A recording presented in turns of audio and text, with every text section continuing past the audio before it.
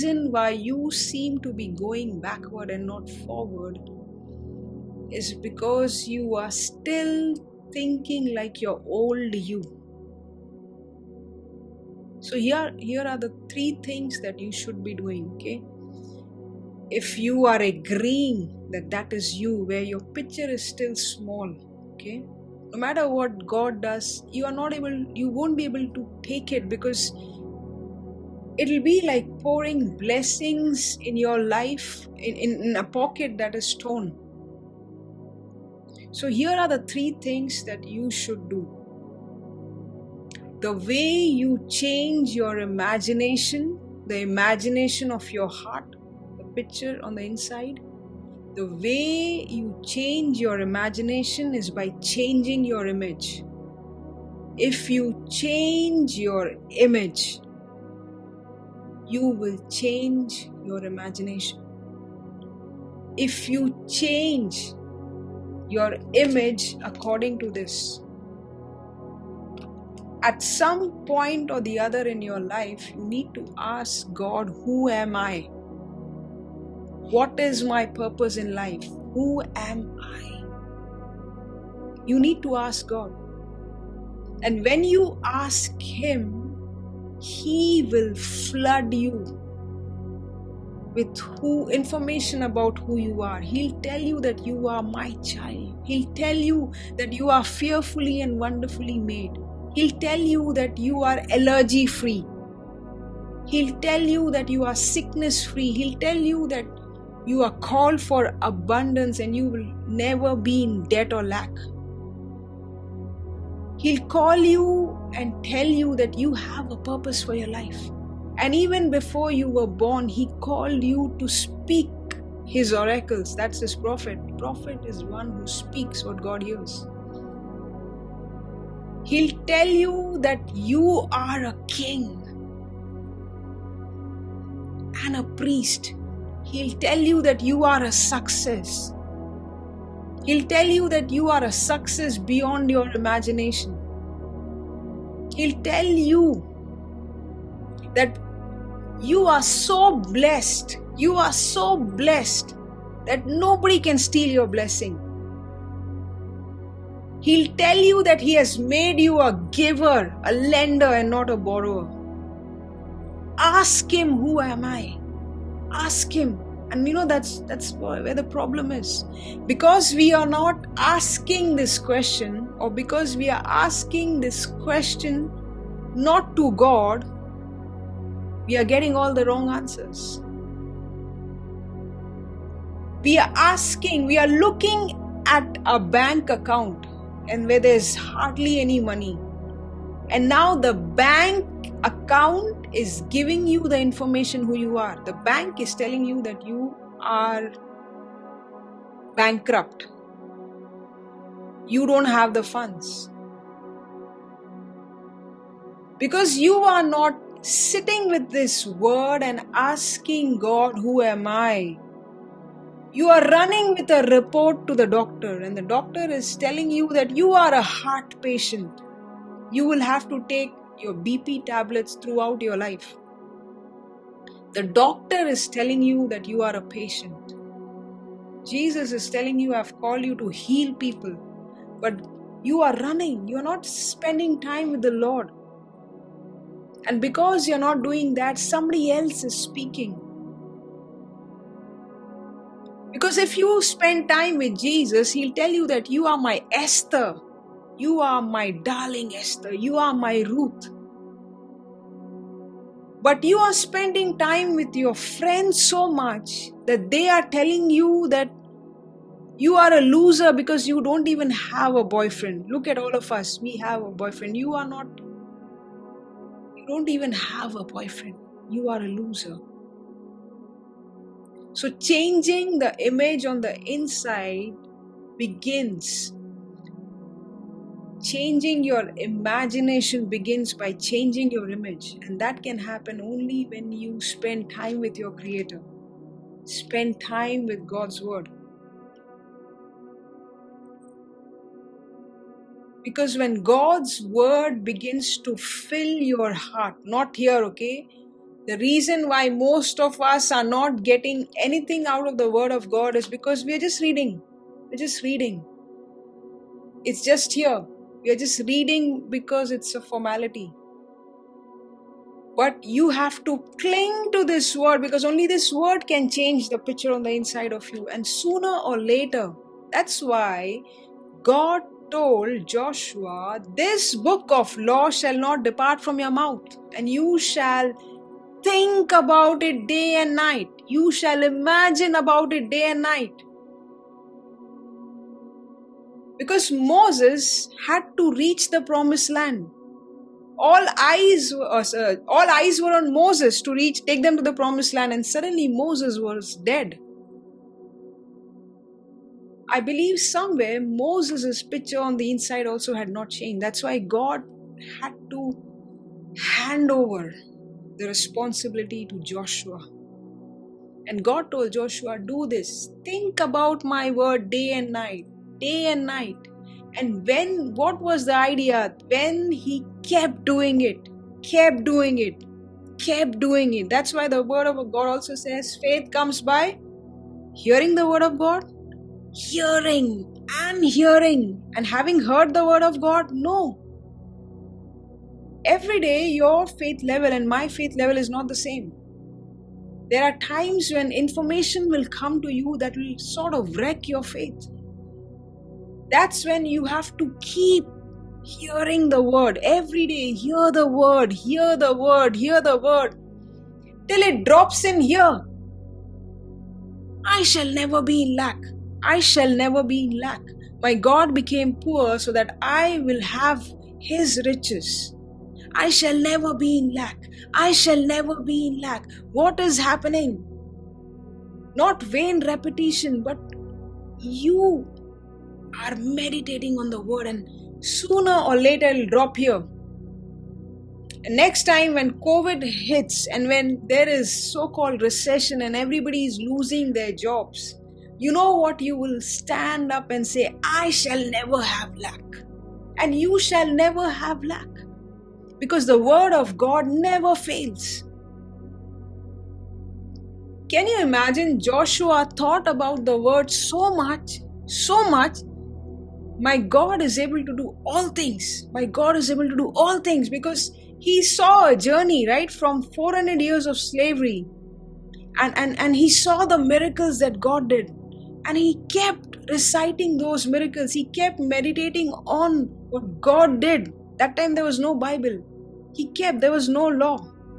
Or could be there was law, but he kept meditating upon what God did. Meditating upon your testimonies, what God has done for you. It became so heavy that it dropped in his heart that God can do impossible. That when he had to fight a war, he told the sun to stand still. It became so much a part of his subconscious. The word has to become a part of you. And now when you speak, even the sun has to listen. You shall never be sick. You shall never see sickness. Start dwelling on this. You shall never fight health issues. Start picking up scriptures in the Bible that talks about healing. And I'm telling you, the more you do it, it will drop here. And now, even though you can't see the physical manifestation of it, you have received it already. That's why Abraham never wavered in believing God's promise.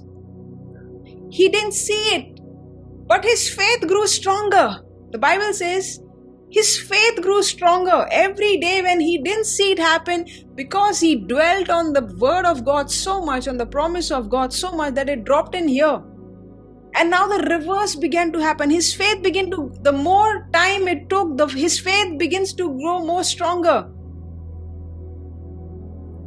And in this he brought glory to God, because he was fully convinced that God is able to do whatever he promises. He was fully convinced. Now it was not here. Till the time it was here, he was fiddling with ideas. He was trying out options. But the moment he was fully convinced, Isaac was born. Be fully convinced. Change the image on the inside. That's why the Bible says, this is one of my favorite scriptures, Isaiah 54. Sing, O barren, you who have not borne. Break forth into a song and cry out aloud. For far more are the children of the desolate than of the married woman. Sing, O barren, the areas where you see no fruit, the areas where you see no breakthrough. Don't give up. Sing. Celebrate. Sing. Let your ears hear that tune. Sing. And then God is saying, let them enlarge the place of your tent. What is enlarging the place of your tent? God is saying, I'm bringing that miracle to you, but you need to enlarge your thinking. You need to change your thinking. You need to strengthen your roots. Expand your thinking. Enlarge your tent, because unless you enlarge your tent, unless you enlarge your imagination and thinking, I cannot bring what I'm about to bring in your life. So that is number one. Change the image on the inside. And the way you do that is by walking with God, by spending time with Him.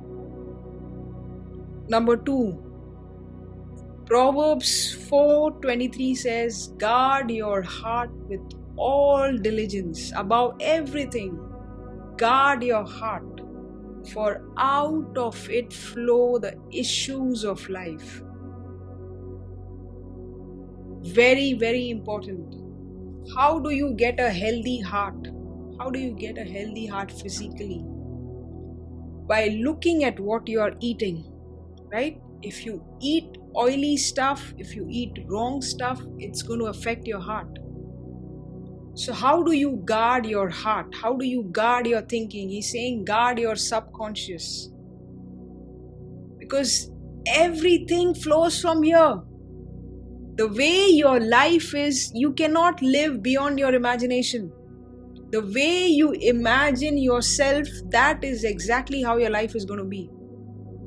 You cannot surpass your imagination. That's why so clearly God is saying, guard your heart, guard your imagination, guard your subconscious, guard it. And the way you guard it is by guarding your conscious. Because remember, the information is going in here first, right? And then it's dropping in your heart. So look where you're spending your time with. Are you spending your time with people who constantly speak negative? That's not good for your heart.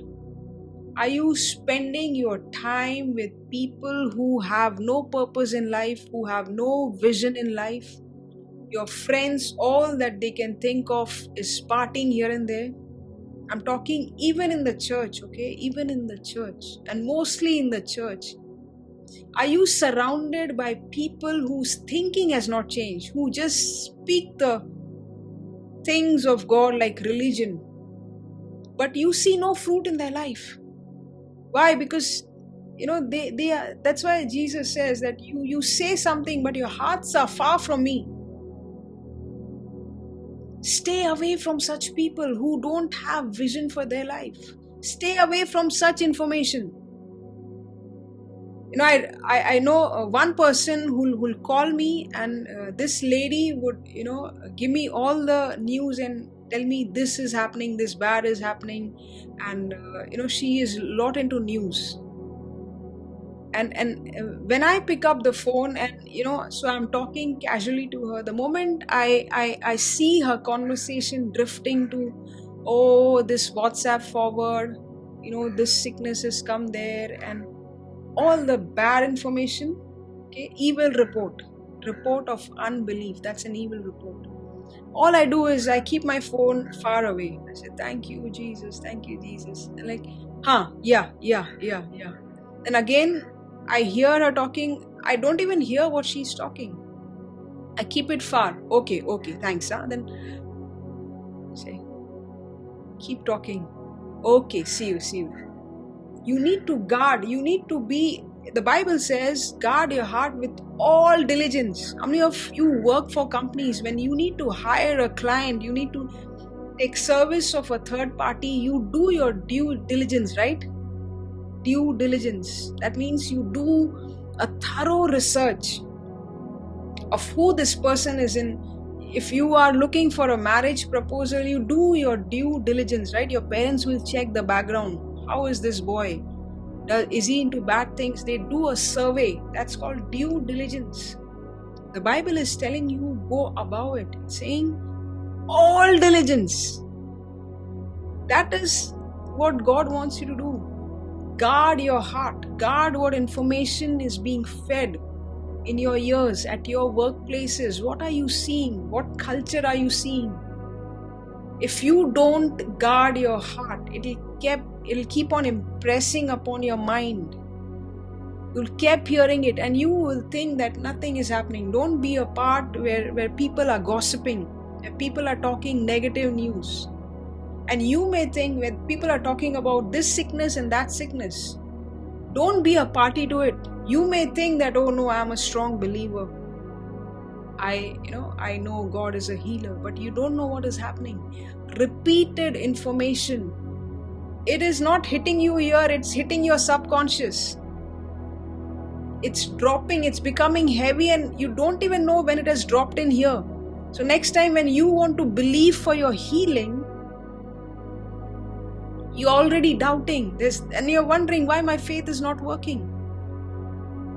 For last almost 2 weeks, every time I would get up in the morning, I would get this severe pain in my feet, the heel part of it. And I was like, what has happened? Did I hit my heel somewhere? But this pain is there only when I get up in the morning. Okay, and throughout the day it's not there. I'm very comfortable. But when I get up, this pain would hit me, and I began rebuking it. I said, no, pain, you are not welcome in my body. What we do is when we get symptoms in our body, we are very casual about it. It's just a pain. You're not even bothered. But you don't know that the devil is gaining a foothold. If you don't fight him, he will gain more territory. And I kept rebuking it, and it didn't happen for so many days. The pain never left. But because I filled my subconscious, I filled my heart, I guarded my heart, because everything in the world told me to take your phone, put on Google, why is this happening? I said, no, I will never do it. I will never do it. And I kept speaking to that pain. And last 2-3 days, I don't even know where it went. I got up, I'm like, hey, that pain is not there. I said, praise God. Your faith works. It will work, provided you guard your heart with all diligence. So be very careful what you're feeding your ears. Okay, this is going straight in your reception area. Like I said, you cannot avoid thoughts. Like somebody said, you cannot avoid birds from flying above you, but you can stop them from making a nest. They should not be making a nest. Any repeated information is dangerous. Okay, it's the same principle that works for your good when you work it according to confessions in the Word of God. And devil just takes it and makes it around and makes sure that you hear repeated bad news, so that now that bad news becomes a part of you. That is very dangerous. Third is speak the word. Speak the word. The way information is dropped here, now that you understand, it is through repetition. Seeing something, hearing something. So now you know why, when I keep saying God is good, God is good, I'm not just saying it because I don't have anything else to say. Because I want that to be a culture. of our church, that information to become a culture of you. Because the world has everything bad to say about a good God. But the more you start saying it, the more you'll start believing it. And the more you start believing it, I'm telling you, it will start manifesting in your life. That's why every Sunday in our church we say, I will never be sick. I shall never be in debt. Initially, you may not understand what is happening. Doesn't matter, just say it now. Anyway, so many things we talk, right, throughout the day. Try this, keep saying it, keep saying it. I'm telling you, say it with intention, not like, how people do say it like you mean it. Initially, you may say it like you don't mean it. You may not feel like it. But what did we learn? The subconscious cannot discern. It cannot discern the right from wrong. Whatever you feed, the subconscious believes. So even if the subconscious, you're not feeling good, start declaring, I'm feeling good. I am healed. My God has healed me. And that will begin to manifest. That's how the Bible says, cast down imaginations that is conflicting the word of God. Casting down imaginations. Throw these wrong imaginations out. Throw these wrong pictures out. How do you do that? By speaking the word. When you speak the word, you throw the picture out. So important. I'm telling you, everything in the kingdom is linked to your words. How many of you know when you do something, or when you see something happen, you end up saying, I knew this will happen. Right? You see something, whatever it is, good or bad, you missed your bus, and then you're running and you see the bus going like, I knew this will happen. Or supposing, you are running a race, or maybe you're, and you win. And you say, I knew this will happen. Okay? Or maybe you are just a housewife and the bell rings and somebody comes and you didn't want that person to come, and you're like, oh, I had that feeling. I knew.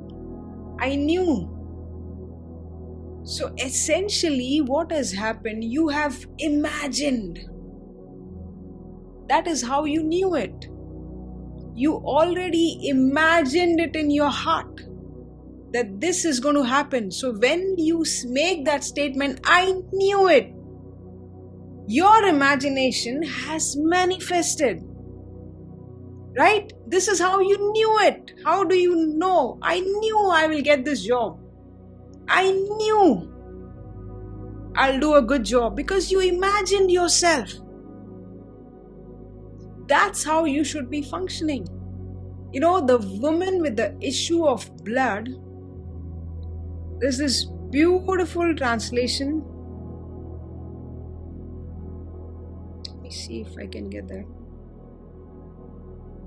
There's this one translation, this passage is mentioned in 3 Gospels. There is this one translation where when Jesus sensed power going out of him, and he turns and he says, who touched me? And this woman says, I knew that if I will touch your garment, I'll be healed. I knew it. How did she know it? This lady was suffering for 12 years. She tried everything she knew, but it failed. But she heard about Jesus.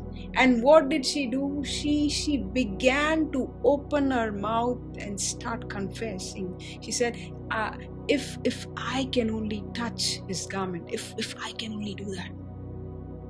She began confessing it over and over and over again, till that information, can you imagine, at the beginning it must be like, I knew I'll be healed. I know if I can touch.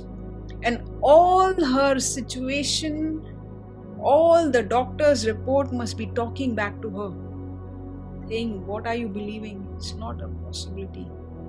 But many of us stop there.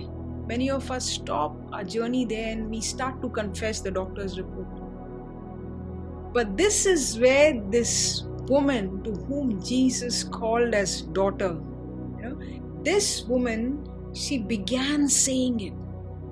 Oh, my report says this is can never be healed. But I know if I can only touch, if I can only touch, if I can only touch. But there's no report of somebody touching Jesus and getting healed. This was the first instance. But I know, just if I touch, only the thread, if I touch, she kept saying it.